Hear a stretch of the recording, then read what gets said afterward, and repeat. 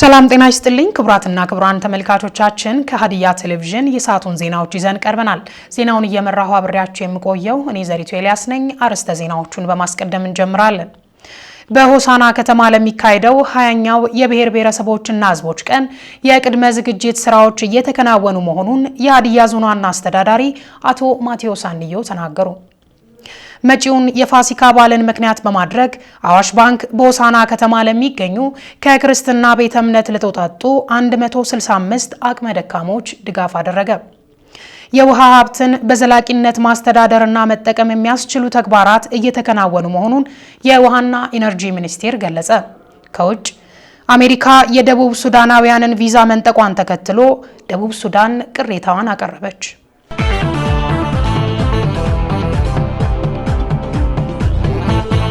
ወደ ዝርዝር ዜናዎች አልፈናል። አብራችሁን ሁኑ። በሆሳና ከተማ ለሚካሄደው 20ኛው የብሔር ብሔረሰቦችና ሕዝቦች ቀን የቅድመ ዝግጅት ስራዎች እየተከናወኑ መሆኑን የሀዲያ ዞን ዋና አስተዳዳሪ አቶ ማቴዎስ አንዮ ተናገሩ። የክልሉ ሱፐርቪዥን ቡድን ባለፉት 9 ወራት በዞኑ በመንግስትና በፓርቲ የተከናወኑ ተግባራትን ገምግሟል። ምንትዋብ እያሱ በብልጽግና ፓርቲ የማዕከላዊ ኢትዮጵያ ክልል ቅርንጫፍ ስምሪት የተሰጠው የክልሉ ሱፐርቪዥን ቡድን በሀዲያ ዞን ባለፉት 9 ወራት በመንግስትና በፓርቲ የተከናወኑ ተግባራትን በዞኑ በተመራረጡ 3 መዋቅሮች ምልከታ በማድረግ አፈጻጸሙን ገምግሟል። የማዕከላዊ ኢትዮጵያ ክልል ህዝብ ተወካዮች ምክር ቤት ግብርናና ገጠር ልማት ጉዳዮች ቋሚ ኮሚቴ ሰብሳቢና የሱፐርቪዥን ቡድኑ ሰብሳቢ ወይዘሮ ልክነሽ ሲርገማ በዚህ ወቅት እንደገለጹት ቡድኑ በነበረው የ6 ቀናት ቆይታ በኮሪደር ልማት በግብርና ግብዓት አቅርቦትና በሌሎችም ስራዎች ላይ ጥሩ ውጤት መመዝገቡን መመልከቱን አንስተዋል። በተለይም ህዝቡ በሚሰሩ ስራዎች ዙሪያ ያለው ግንዛቤና የነቃ ተሳትፎ ለሌሎች አካባቢዎችም ምሳሌ የሚሆን ነው ብለዋል። በ9 ወር ውስጥ በዚህ በ2017 በጀት ዓመት በ9 ወር ውስጥ በፓርቲና በመንግስት የተሰሩ ስራዎች እስከ ታች እስከ መንደር እስከ ቀበሌ ህዝቡ ተጠቃሚ መሆኑንና ለመሆኑ ስራዎች ታች መውረዳቸው ጭምር ወርደ ነው ያየ ነው። ህዝቡ ልማት ላይ አያንገራግርም። አይተናል። የኮሪደር ልማት አይተናል። እንስራ ነው ራሱ በዚህ በኩል ያፈረሰ በዚህ በኩል ልማቱን ይሰጣል። ራሱ እየሰራ ነው። መንግስት ማዳበሪያ እያቀረበ ነው። ባለሙያ እየሰጠን ነው። ህዝቡ የሚያነሳቸውን የልማት ጥያቄዎችና በፓርቲው የተስተዋለውን የመረጃ ክፍተት እንዲሁም ሌሎች በድክመት የተገመገሙ ጉዳዮችን ለማረም ግብረ መልስ እንደተሰጠም ገልጸዋል። ውሃ ላይ፣ መብራት ላይ፣ መንገድ ላይ ያው የመልካም አስተዳደር ችግሮች ቀጣይ የሚጠየቁ ናቸው። የሚነሱ ነገሮች አሉ። ይሄን መንግስት ያደረሰላቸው አካባቢዎች ህዝቡ አስተባብረው በህዝቡ አቅም የሚሰሩ ነገሮች ህዝቡ አስተባብሮ እንዲሰራ እኛ በየደረጃው ግብረ መልስ እየሰጠን የመጣንበት ሁኔታ በተለይ ፓርቲ አካባቢ መረጃ አደረጃጀት ላይ በቀበሌ አካባቢ ክፍተቶች አሉ። እሱ ፈጥሮ ማረም ያስፈልጋል። የሀዲያ ዞን ዋና አስተዳዳሪ አቶ ማቴዎስ አንዮ በበኩላቸው ቡድኑ ያደረገው የክትትልና ድጋፍ ስራው በዞኑ እየተከናወኑ ላሉ ተግባራት አጋዥ መሆኑን ተናግረዋል። ባለፉት 9 ወራት በመንግስትና በፓርቲው በርካታ ተግባራት መከናወናቸውን ጠቅሰው ምርትና ምርታማነትን ለማሳደግ ለአርሶ አደሩ ግብዓት በወቅቱ እየቀረበ መሆኑን ገልጸዋል። በፌዴራል ለዞኑ ከተመደበው 300 ሺህ ኩንታል ማዳበሪያ 100 ሺህ ኩንታል ወደ ዞን መግባቱንና ከዚህም ውስጥ ከ90 ሺህ ኩንታል በላይ የአፈር ማዳበሪያ በዞን ላሉ ሁሉም መዋቅሮች ማዳረስ መቻሉን አብራርተዋል። ግብርና ላይ በጣም ጥሩ ስራ እየተሰራ እንደሆነ ተመላክተዋል ማለት ነው። ከዚህ አንጻር ዋናው የግብርና ምርትና ምርታማነት ሊያድግ እንዲችል የግብርና ግብዓቶች ምርጥ ዘር ማዳበሪያ ለአርሶ አደሩ በጊዜ በቦታ የማድረስ ስራ የሰራንበት በጥሩ ስራ በጥሩ ጎን ተነስቷል። መንግስት ዘንድሮ በጊዜ የአፈር ማዳበሪያ ገዝቶ አጓጉዟል። እኛም እዚህ ሆሳና ከደረሰ በኋላ ሆሳና መጋዘን ላይ እንዳይቆይ አድርገን ከሁሉም አካባቢ በፍትሃዊነት መንገድ በእቅዳቸው መሰረት ወደ 90 ሺህ ኩንታል በላይ ወደ ታች አወርደናል ማለት ነው። እስካሁን ከፌዴራል 300 ሺህ ከሚደርሰን 100 ሺህ ኩንታል በላይ ማዳበሪያ ደርሷል። እሱን ወደ 90 ሺህ ኩንታል ለሁሉም በ20 ማዕከል የማዳረስ ስራ ሰርተናል። አርሶ አደሩ እየገዛ እየተጠቀመ ያለውና አርሶ አደሩ ደረጃም እርካታ አለ። መንግስት ጥሩ አደረገ የሚል እርካታ አለ። እሱ ነው የተረጋገጠው መሬት ላይ ምን አለ የሚለው። የአረንጓዴ አሻራ ዝግጅት የሌማት ትሩፋት ብሎም የጤና መድህን አገልግሎት ስራዎች የተሻለ ውጤት የተመዘገበባቸው መሆኑን ተናግረዋል። 20ኛውን የብሔሮች ብሔረሰቦችና ህዝቦች ቀን በዓልን የምታስተናግደውን ሆሳና ከተማን ለበዓሉ ዝግጁ ለማድረግ በርካታ ተግባራት እየተከናወነ መሆኑን ዋና አስተዳዳሪው አብራርተዋል። የከተማውን የውስጥ ለውስጥ አስፋልት ስራ ለማስቀጠልም ሳይከፈል የቆየውን 145 ሚሊዮን ብር ዕዳ በመክፈል ወደ ስራ መገባቱን ገልጸዋል። የአረንጓዴ አሻራ ስራ የሌማት ትሩፋት በተሻለ መልኩ የታየበት ነው። የማጤማም ስራም ከሞላ ጎደል እቅዳችንን ሰፊ ነበረ። ወደ 300 ሺህ አካባቢ ነው 200 ሺህ በላይ ያሳካንበት። የኮሪደር ልማት ስራው እንደሚታየው ተስፋ ሰጪ እንደሆነ ወስደናል። የክልል ቲሙም አረጋግጧል፣ ህዝቡም ያንን አረጋግጧል። የውስጥ ለውስጥ አስፋልት ሊንገራገጭ የነበረው ከኮንትራክተሩ ጋርና ከአማካሪዎች ጋር በመናበብ ያልተከፈሉ ዕዳዎችን ከ145 ሚሊዮን ብር በመክፈል ዘንድሮ ብቻ ከ145 ሚሊዮን ብር በላይ በመክፈል ስራውን ያስቀጠልንበትና አሁን ደግሞ በፍጥነት ለከተማ ላይ የሚሰሩ ስራዎች የድሬኔጅም የኮብልም የኮሪደርም የአስፋልት ስራም ለብሔር ብሔረሰቦች የ20ኛው ዓመት በዓል ደርስ በሚችል መልኩ እየተዘጋጀንበት ያለንበት ሁኔታ አለና ይህም ስራ ጥሩ እየተሰራ ነው። ከገቢ አሰባሰብ አኳያ ክፍተቶች መኖራቸውን የጠቀሱት ዋና አስተዳዳሪው በበጀት ዓመቱ ከታቀደው 5.3 ቢሊዮን ብር እስካሁን ባለው 2.4 ቢሊዮን ብር መሰብሰብ መቻሉን ገልጸው በዚህ ረገድ ሁሉም በቁርጠኝነት መስራት እንደሚገባ አሳስበዋል። ስራዎች አንጻር በ9 ወር ውስጥ የሰራናቸው ስራዎች ጥሩ ቢሆንም ከገቢ አሰባሰብ ጋራ በድክመት ገምግመናል ማለት ነው። ልማት ለመስራት ከሆነ ገቢ በደንብ መሰብሰብ አለ። ከዚህ አንጻር የሚሻሻል ነገር እንዳለ ወስደናል። ክልል ቲሙም እኛም ተግባብተናል። በተለይ ሆሳና ከተማ ላይ የገቢ አፈጻጸማችን ደከም ስለምን እና እቅዱም ብዙ ስለነበረ ሆሳና ላይ 2.56 ቢሊዮን ብር ነው የምንሰበስበውና ከዚህ አንጻር የሚገባውን አይል ያልሰራን እንደሆነ በደንብ ትኩረት አድርገን መስራት እንዳለብን ተወስዷል። መጪውን የፋሲካን በዓል ምክንያት በማድረግ አዋሽ ባንክ በሆሳና ከተማ ለሚገኙ ከክርስትና ቤተ እምነት ለተውጣጡ 165 አቅመ ደካሞች ድጋፍ አደረገ። ባንኩም ለአቅመ ደካሞች ያደረገው ድጋፍ ማህበራዊ ኃላፊነቱን ከመወጣት ባሻገር በጎ ተግባር መሆኑን የሃይማኖት አባቶች ተናግረዋል። ለምለም ዩኤል ዝርዝር አላት።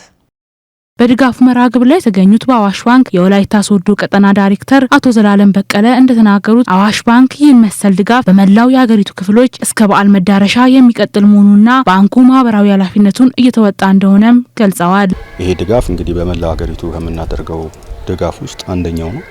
በመላ ሀገሪቷ ከዛሬ ጀምሮ እስከ በዓል ባለው ጊዜ ውስጥ እንደዚሁ አቅመ ደካማ የሆኑ ወገኖቻችንን የመደገፍ ስራ በባንኩ ደረጃ እየተሰራ ነው ያለው። ለዚህም በብዙ ሚሊዮኖች በጀት ተይዞ ነው እየተሰራ ያለው።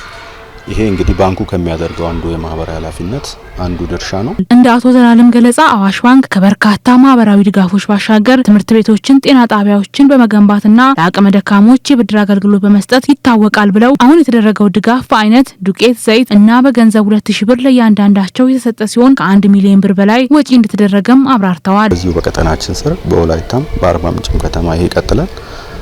ዛሬ በዚህ ከተማ እያደረግን ያለው ለ165 ቤተሰቦች ነው ድጋፍ እያደረግን ያለ ነው። እንግዲህ ማህበራዊ ኃላፊነት ሲባል በጣም ብዙ አይነት ማህበራዊ ኃላፊነቶች ነው ያሉት። ይሄ አንዱ ነው።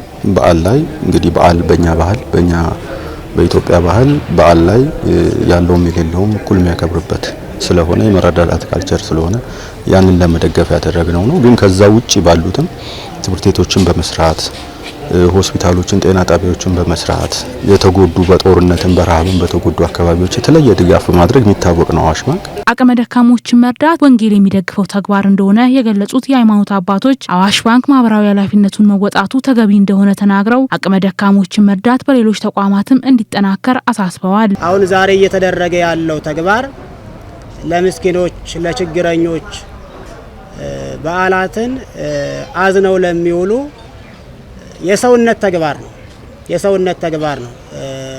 ሃይማኖት አይጠይቅም፣ ብሔር አይጠይቅም። ሰው የሆነ ሰው ሁሉ ክርስቲያናዊ ግዴታውን ስለሆነ ሰው የሆነ ሁሉ ሊያከናውነው ሊፈጽመው የሚገባ እሱ በልቶ ሲያድር ርቦት ሳይበላ ሳይቀም ስለሚያድረው ሰው ማካፈል እንዳለብን ጌታችንም በአዲስ ኪዳን ትምህርቱ ላይ ያስተማረው ትምህርት ይህ ስለሆነ ለችግረኛና ለምስኪን የሚራራ ሰው ብፁዕ ነው።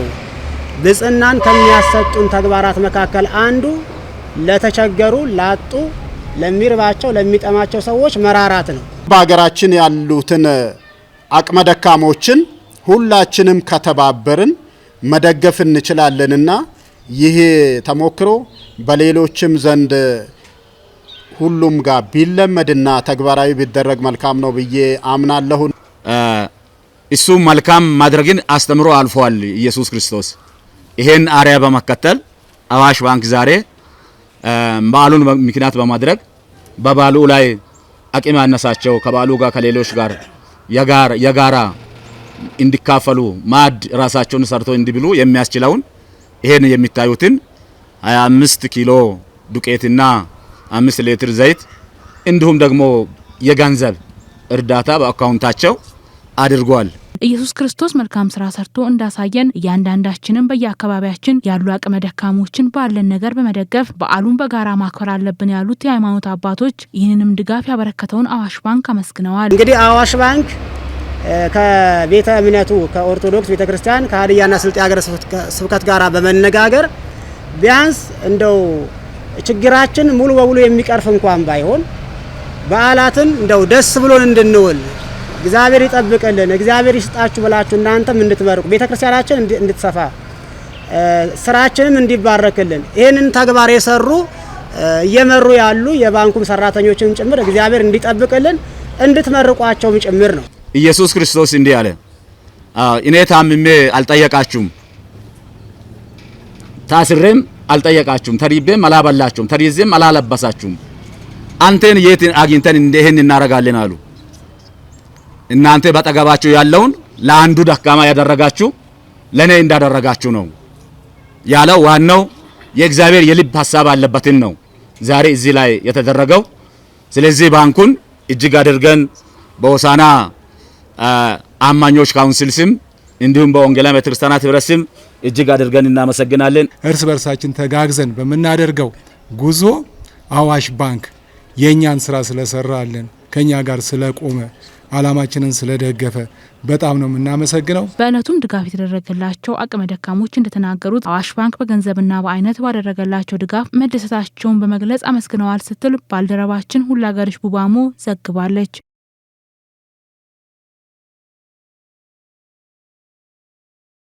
የህብረተሰብ ጥያቄ የሆነውን የልማትና መልካም አስተዳደር ጥያቄ ለመመለስ በትኩረት ሊሰራ እንደሚገባ የምዕራብ ባደዋቾ ወረዳ የምክር ቤት አባላት ተናገሩ።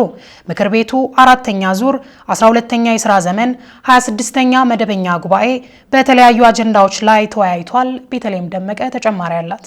የህብረተሰብ ጥያቄ የሆነውን የልማትና መልካም አስተዳደር ጥያቄ ለመመለስ በትኩረት ሊሰራ እንደሚገባ የምዕራብ ባዳዋቾ ወረዳ ምክር ቤት አባላት ተናገሩ። ምክር ቤቱ 4ኛ ዙር 12ኛ የስራ ዘመን 26ኛ መደበኛ ጉባኤ በተለያዩ አጀንዳዎች ላይ ተወያይቷል። የ2017 በጀት ዓመት የምክር ቤት የሴክተር መስሪያ ቤቶች የአስተዳደር ጽህፈት ቤት የ6 ወር የስራ አፈጻጸም የገመገመ ሲሆን በተሻሻለው የማዘጋጃ ቤታዊ ምጣኔ አዋጅ ላይም በመወያየት ምክር ቤቱ አጽድቋል። የምዕራብ ባዳዋቾ ወረዳ ምክር ቤት ጽህፈት ቤት ዋና አፈ ጉባኤ አቶ ዳንኤል ጫሚሶ የምክር ቤቱን ውይይት ባስጀመሩበት ወቅት እንደገለጹት ምክር ቤት የህዝብ ሉዓላዊነት መገለጫ በመሆኑ ለወከለው ህዝብ መሰረታዊ የልማት ጥያቄዎችን በማንሳትና በመወያየት የበኩሉን ሊወጣ ይገባል ብለዋል። የምዕራብ ባዳዋቾ ወረዳ ዋና አስተዳዳሪ ዶክተር ሙላቱ ወልደሃና በበኩላቸው የ2017 በጀት ዓመት የ6 ወራት የመንግስት ስራ አፈጻጸምን በማብራራት ለምክር ቤቱ አቅርበዋል። በዚህ ወቅት አስተዳዳሪው እንደገለጹት 2016-17 ዓመተ ምህረት በመኸር እርሻ ከ7300 በላይ ሄክታር ማሳን የጤፍና የስንዴ ሰብሎችን ጨምሮ በተለያዩ የመኸር ሰብሎች መሸፈን መቻሉን ጠቁመዋል። በ2017 ዓመተ ምህረት በበጋ መስኖ ወቅት ከ2900 ሄክታር ማሳ በላይ በመስኖ በማልማት በበልግ እርሻ ከ7700 ሄክታር ማሳ በላይ በተለያዩ የበልግ ሰብሎችን ለመሸፈን የአፈር ማዳበሪያና ሌሎች ግብዓቶች ለአርሶ አደሩ በበቂ ሁኔታ በማቅረብ እየተሰራ እንደሚገኝ ተናግረው የ30-40-30 የፍራፍሬ ፕሮጀክቶች ላይም በልዩ ትኩረት እየተሰራ መሆኑን ገልጸዋል። በተፋሰስ ልማት ስራዎች፣ በእንስሳት ሀብት፣ በቡና ምርትና በሌሎች የግብርና ስራዎች በተከናወኑ እንደ ወረዳ በቀጣይ የአርሶ አደር ምርታማነትን በማሳደግ ከተረጂነት ለማላቀቅ በሚከናወኑ ተግባራትና እቅድ ላይ ቀጣይ አቅጣጫ አስቀምጠዋል። ከጤና አንጻር የእናቶችና ህጻናት ሞትን ለመቀነስ በተከናወኑ ስራዎች የማጤማ አገልግሎት ተጠቃሚነትን በማስፋት አጠቃላይ የጤና አገልግሎት አሰጣጥ ላይ በታዩ ለውጦችና ቀጣይ በእቅድ በሚሰሩ ተግባራት ላይ ለምክር ቤቱ ማብራሪያ ሰጥተዋል። በትምህርት፣ በመንገድ ልማት፣ በንጹህ መጠጥ ውሃ አቅርቦት፣ ከገቢ ስራዎች አንጻር ከመብራት ተጠቃሚነትና በሌሎች ማህበራዊና መሰረተ ልማት ስራዎች ዙሪያ የተከናወኑ ተግባራትን በዝርዝር ለምክር ቤቱ አቅርበዋል። በ2017 በጀት ዓመት በ6 ወር አፈጻጸም ላይ የታዩ ጉድለቶችን ለመቅረፍ ሁሉም ባለድርሻ አካላት የበኩሉን ድርሻ ሊወጣ እንደሚገባም በአጽንኦት ተናግረዋል። የምክር ቤቱ አባላት የተለያዩ የመሰረተ ልማትና የመልካም አስተዳደር ጥያቄዎችን ያነሱ ሲሆን ቀበሌያትን የሚያገናኙና በክልል በዩራፕ የሚሰሩ መንገዶች በተያዘው እቅድ መሰረት መጠናቀቅ እንዳለባቸውም ተናግረዋል። የመድኃኒት አቅርቦትና የአገልግሎት አሰጣጥ ችግሮች ይበልጥ መቀረፍ፣ የንጹህ መጠጥ ውሃ ተደራሽነት ከማድረግ አንጻር፣ በትምህርት ስራዎች ላይ ያሉትን ጉድለቶችን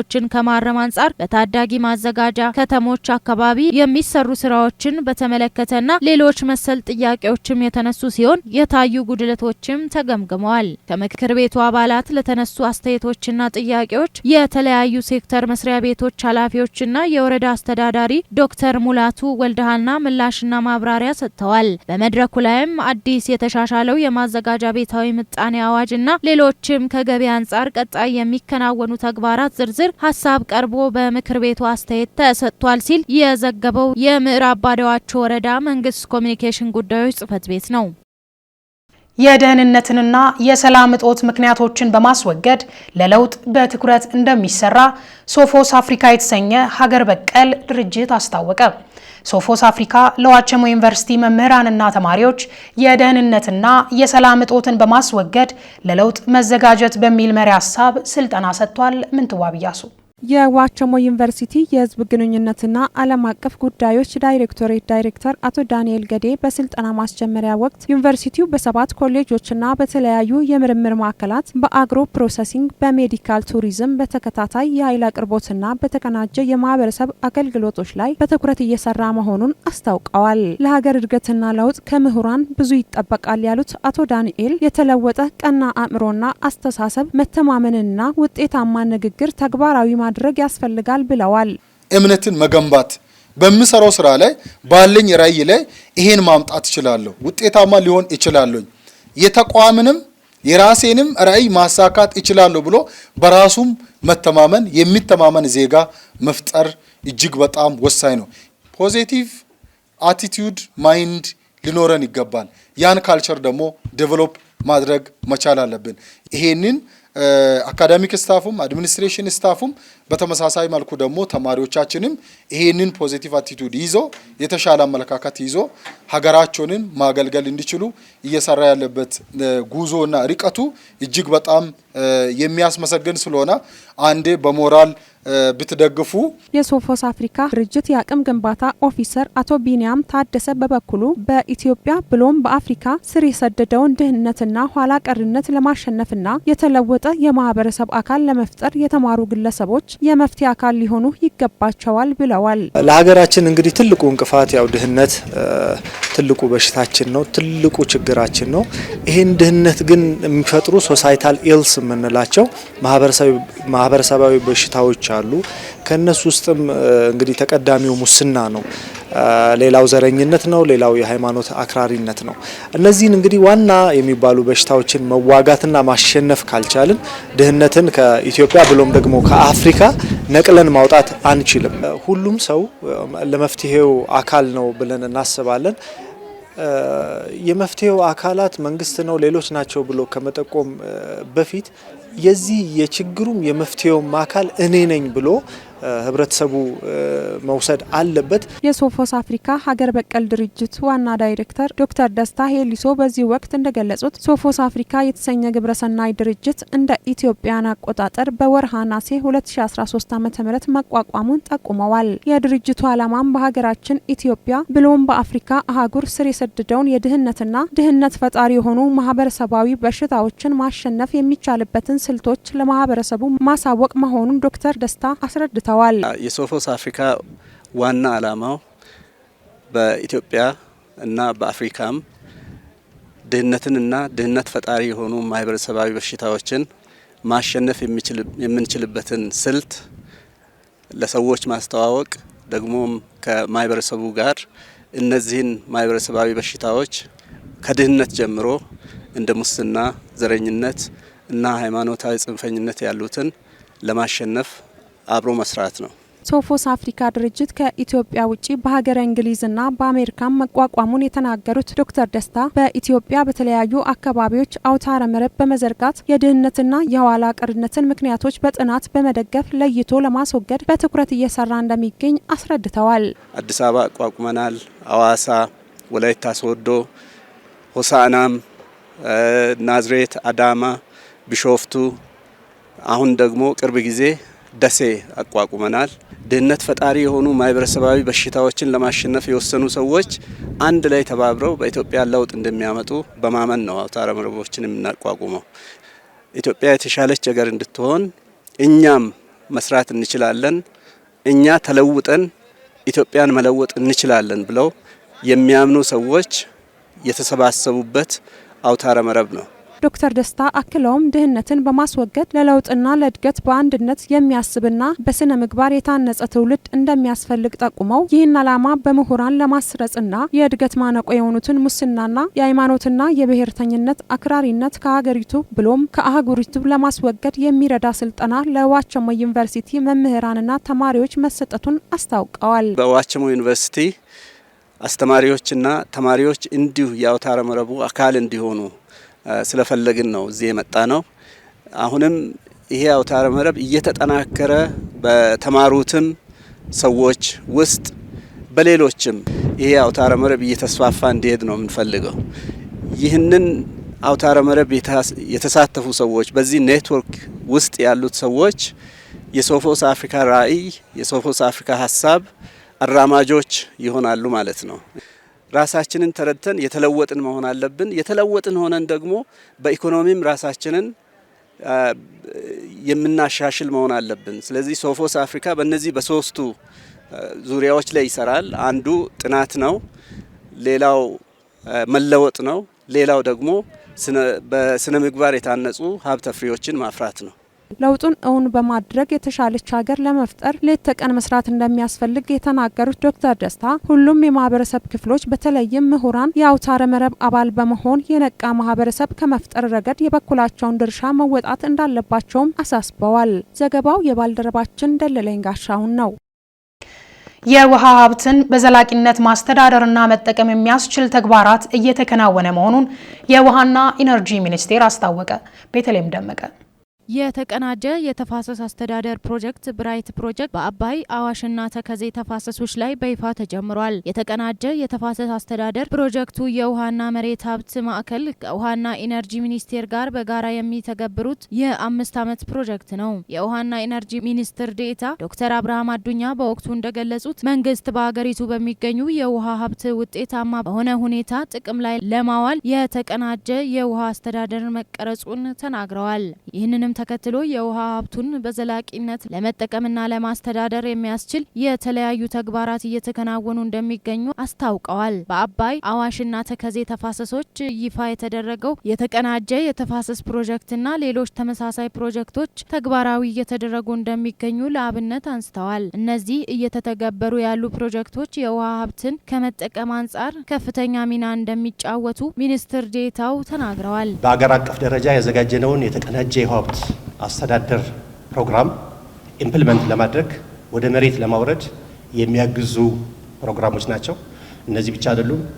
የሆርን አፍሪካ ፎር ሪዚለንት የሚል የግራውንድ ዋተር ሀብታችን መሰረት አድርጎ በመጠጥ ውሃ ላይና በመስኖ ላይ ለሚሰራ ፕሮግራምም የዚሁ አካል ነው። እነዚህ ሁሉ አገራችን የተቀናጀ የውሃ ሀብት አስተዳደርን መሬት ላይ ለማዋል ለቀረጸችው ፕሮግራም ዋና መሳሪያዎች ናቸው። የዛሬውን ፕሮጀክት ጨምሮ ሌሎች የተጀመሩ ፕሮጀክቶች ውጤታማ እንዲሆኑ በተቀናጀ አግባብ መምራት እንደሚገባም ገልጸዋል። ህብረተሰቡን ማሳተፍ እንደሚገባም ጠቁመው ለዚህም መዋቅር መዘርጋቱን ተናግረዋል። እነዚህ ፕሮጀክቶች መሰረታዊ ለውጥ የሚያመጡ ናቸው። መሰረታዊ ለውጥ የሚያመጡት ግን ስሙም የተቀናጀ የውሃ ሀብት አስተዳደር ከሆነ የተቀናጀ ፕላን ከሌለን በተቀናጀ መንገድ መምራት ካልቻል እነዚህን መሬት ላይ መፈጸም አይቻልም። ይሄ አይዳብለዋር የሚፈጸመው በላይ በተንጠለጠለ ሳይሆን እስከታች ዲሴንትራላይዝድ ነው። የውሃና መሬት ሀብት ማዕከል ዋና ዳይሬክተር ዶክተር ጌቱ ዘለቀ በበኩላቸው በፕሮጀክቱ በውሃ ሀብት ላይ የሚከሰቱ ችግሮችን መቅረፍ የሚያስችሉ በርካታ ተግባራት የሚከናወኑበት መሆኑንም አመላክተዋል። በዚህም ለውሃ እጥረት ብክለትን ለመከላከልና ለስነ ምህዳር መጎሳቆል መንስኤዎች የሆኑ ጉዳዮችን መከላከል የሚያስችሉ ስራዎች እንደሚሰሩም አስገንዝበዋል። ፕሮጀክቱ የተፋሰሱን ነዋሪዎች ኑሮ ማሻሻልና ለአየር ንብረት ለውጥ ስጋቶች የማይበገር አካባቢ ማረጋገጥን ያለ መሆኑንም ገልጸዋል። ፕሮጀክቱ ስፋት አኳያ 11 ክልሎችን 74 ዞኖችን 724 ወረዳዎችን ያካልላል። ፕሮጀክቱ ተሳትፏዊ በሆነ መንገድ ህብረተሰቡም የሪጂናል ገቨርንመንቶችንም ወረዳውም ዞኑንም ማሳትፈን የፌዴራል ገቨርንመንቱን ማሳትፈን ይሄ አይደብሊውአርኤም ወይም የውሃ ሀብት አስተዳደርና የማልማት ስራ በኢትዮጵያ ውስጥ ኤግዛምፕላሪ በሆነ መንገድ እንዲሰራ ለማድረግ እንሞክራለን። የአማራ ክልል የውሃና ኢነርጂ ቢሮ ኃላፊ ጥላውን ሽመልስና በኦሮሚያ የውሃ ሀብት ዳይሬክተር ተሻለ በቃና በዚሁ ጊዜ እንዳሉት ፕሮጀክቱ የውሃ ሀብትን በአግባቡ ለመጠቀምና ለማስተዳደር ጠቀሜታው የጎላ ነው ብለዋል። ፕሮጀክቱ ውጤታማ እንዲሆን በቀጣይ የሚመለከታቸውን አካላት በማስተባበር ውጤታማ ተግባራት ለማከናወን ዝግጁ መሆናቸውን ጠቁመዋል። በተሰጠን አዋጅ መሰረት ግን ሙሉ ኃላፊነቱ የኛ ነው። ስለዚህ አዋጁ በሰጠን ስልጣን ተጠቅመን በየተቋማቶቹ ይህንን ልማት ለሚያለሙ ተቋማቶች በቂ ድጋፍ፣ እገዛ፣ ሪሶርሱ በማይጎዳበት መንገድ ወደ ማህበረሰቡ አገልግሎት በሚያገኝበት ደረጃ ላይ የሚጠበቅብን ኃላፊነት እንወጣለን ማለት ነው። እንደ ክልላችን ከብዙ ፕሮጀክቶች ጋር ስንሰራ ቆይተናል። ክልላችን በዚህ አዲስ አይደለምና ስራውን ለመስራት ዝግጁ ነን። በበጀትም እየሰራን ስላለን ይሄን ተደምሮበት ከዚህ በላይ መስራት እንደምንችል ምንም የሚያጠራጥረን ነገር የለም። እንደ ቢቢሲ ዘገባ በኔዘርላንድ ኤምባሲና በአውሮፓ ህብረት የገንዘብ ድጋፍ የሚተገበረው ፕሮጀክት በውሃና መሬት ሀብት ማዕከል በውሃና ኢነርጂ ሚኒስቴር ባሉ የአባይ አዋሽና ተከዜ የስምጥ ሸለቆ ሐይቆችና ኦሞ ግቤ ተፋሰስ አስተዳደር ጽሕፈት ቤት የሚተገበር መሆኑን ተመላክቷል። በኢትዮጵያ የኢኮሜርስ ግብይት እንዲጎለብት ለዘርፉ ተዋናዮች ምቹ መደላድል መፍጠር የሚያስችሉ ተግባራት እየተከናወኑ መሆኑ ተገለጸ። የኢኖቬሽንና ቴክኖሎጂ ሚኒስቴር በኢትዮጵያ የኢኮሜርስ ግብይት ባህል እንዲጎለብት ለማስቻል በተለያየ ዘርፍ ላይ ለሚገኙ የባለድርሻ አካላት ስልጠና ሰጥቷል። ለምለም ዩኤል በዚህ ወቅት የኢኮመርስ የግብይት እንቅስቃሴ እንዲጎለብት የዘርፉ ተዋናዮች የነቃ ተሳትፎ ማድረግ እንደሚገባቸውም ተጠቁሟል። የኢኖቬሽንና ቴክኖሎጂ ሚኒስትር ዴኤታ ዶክተር ይሽኑር አለማየሁ ስልጠናውን ባስጀመሩበት ወቅት የኢትዮጵያ ኢኮኖሚ እድገት ያለ ኢኮሜርስ እንቅስቃሴ እውን ማድረግ አዳጋች ነው ብለዋል። በዘርፉ ያሉ አቅሞችን በማስተባበር ኢትዮጵያ ከኢኮሜርስ ልታገኝ የሚገባትን ጥቅም ለማሳደግና ዜጎች ከዘርፉ ተጠቃሚ እንዲሆኑ ምቹ መደላደል የሚፈጥር ተግባራት እየተከናወኑ መሆኑን ተናግረዋል። ኢኮሜርስን ወደ ላቀ ደረጃ ለማሸጋገር የሚደረገው ጥረት ግብ እንዲመታ የዘርፉ ተዋናዮች ግንዛቤ ማጎልበት አስፈላጊ መሆኑን ጠቁመዋል። ኢትዮጵያ ከኢኮመርስ ልታገኝ የሚገባትን ጥቅም ልታገኝ ማህበረሰቡ የሚጠቀምበትን ሁኔታ ለማመቻቸት በተለይ ደግሞ ሸማቹን ከአምራቹ ጋር የኤሌክትሮኒክ ገበያን እውን ማድረግ እና ፉሊ ኢምፕሊመንት የሚደረግበት ሁኔታ ለማመቻቸት የሚያስፈልጉ ጥናቶችን ማጥናት፣ ኢንፍራስትራክቸር የሚዘረጋበትን ማዕቀፍ ማጥናት፣ ክፍተቶችን መለየት ስራዎች ላይ እየተሰራ ይገኛል። የንግድና ቀጠናዊ ትስስር ሚኒስትር ዴኤታ ያስሚን ወሃብ ረቢ ኢትዮጵያ ወደ ዲጂታላይዜሽን የምታደርገው ጉዞን ለማፋጠን ብሔራዊ የዲጂታል ትራንስፎርሜሽን ካውንስል ተቋቁሞ ወደ ስራ መግባቱን አውስተዋል። በካውንስሉ ውስጥ የኢኮሜርስ ኮሚቴ መኖሩን ገልጸው ኮሚቴው በኢትዮጵያ ያለውን የኢኮሜርስ እንቅስቃሴ ለማጎልበት የሚያስችሉ ዘርፈ ብዙ ተግባራትን እያከናወነ እንደሚገኝ ተናግረዋል። የኢኮሜርስ ለንግዱ እንቅስቃሴ መሳለጥ የሚኖረው ፋይዳ ከፍተኛ መሆኑን በመግለጽ በአምራችና በሸማች መካከል መካከል መተማመን ያለው የንግድ ልውውጥ እንዲኖር የሚያስችል ነው ብለዋል። አሁን ላይ በንግዱ እንቅስቃሴ ያሉ አካላትም አሉ ያው በኤሌክትሮኒክ የሚገበያዩ ስለዚህ ይሄንን ሰፋ አድርገን እንደ ቢዝነስ ብንይዘው ደግሞ የተሻለ አዋጭነትን ጭምር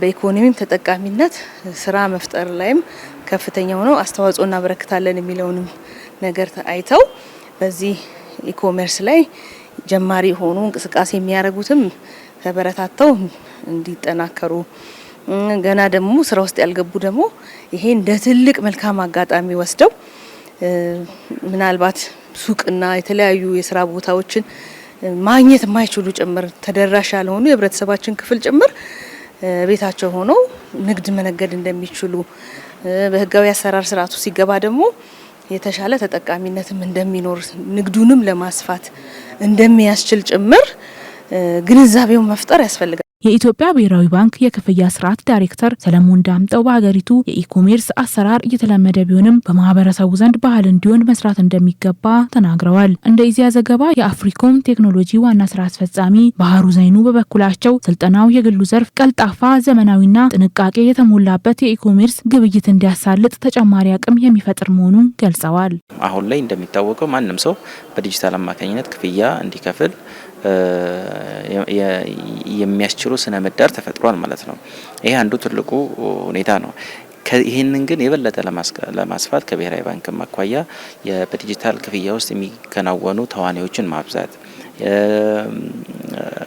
ደህንነቱ የተጠበቀ የክፍያ አገልግሎት እንዲኖር ክትትል ቁጥጥር ማድረግ ደግሞ ትልቁ ኃላፊነት ነውና ይሄንን ወስደን የበለጠ ለኢኮሜርስን የሚደግፍ አስቻይ የዲጂታል ፔመንት ስነ ምህዳር እንዲኖር ለማስቻል አሳይመንቶችን ወስደን እንሰራለን ማለት ነው። ይሄ ስልጠና ያው እንግዲህ ኢኮሜርስ ምንድነው፣ ምን አለው፣ ኦንላይን ግብይት ሲካሄድ እንዴት ነው፣ እምነቶች አሉ። በእምነት ላይ ያመዘነ ነው። አሁን ከዚህ በፊት የምናደርገው እቃይተን በእጃችን ነክተን ብለን ነው የምንገዛው አይደል? አሁን ደግሞ ኦንላይን ያየነውን እቃ የምንገዛበትና ክፍያም በዛ መንገድ ነው የምንፈጽመው። ስለዚህ አዲስ ባህል ልንጀምር ነው ማለት ነው። አዲስ ባህል ደግሞ ስንጀምር ምንድነው እዚህ ውስጥ ስንገባ የሚገጥመን ነገር፣ እንዴት ልንወጣው እንችላለን፣ ያለው ጠቀሜታ ምንድነው፣ ጊዜ ከመቆጠብ ወጪ ከመቆጠብ አማራጭ ከማግኘት በኩል ያለውንም ጥቅም ስላየን ይህ ስልጠና በጣም በብዙ መንገድ ጠቀሜታ ያለው ስልጠና ነው።